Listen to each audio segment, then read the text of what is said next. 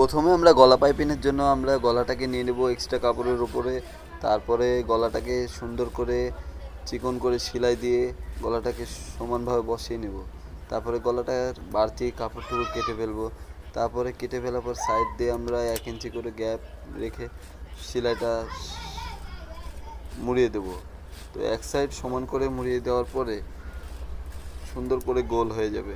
তারপরে আমরা একদম ধার দিয়ে কাটবো, গলার বক্রম যে সাদা অংশটা ওটা যেন থাকে।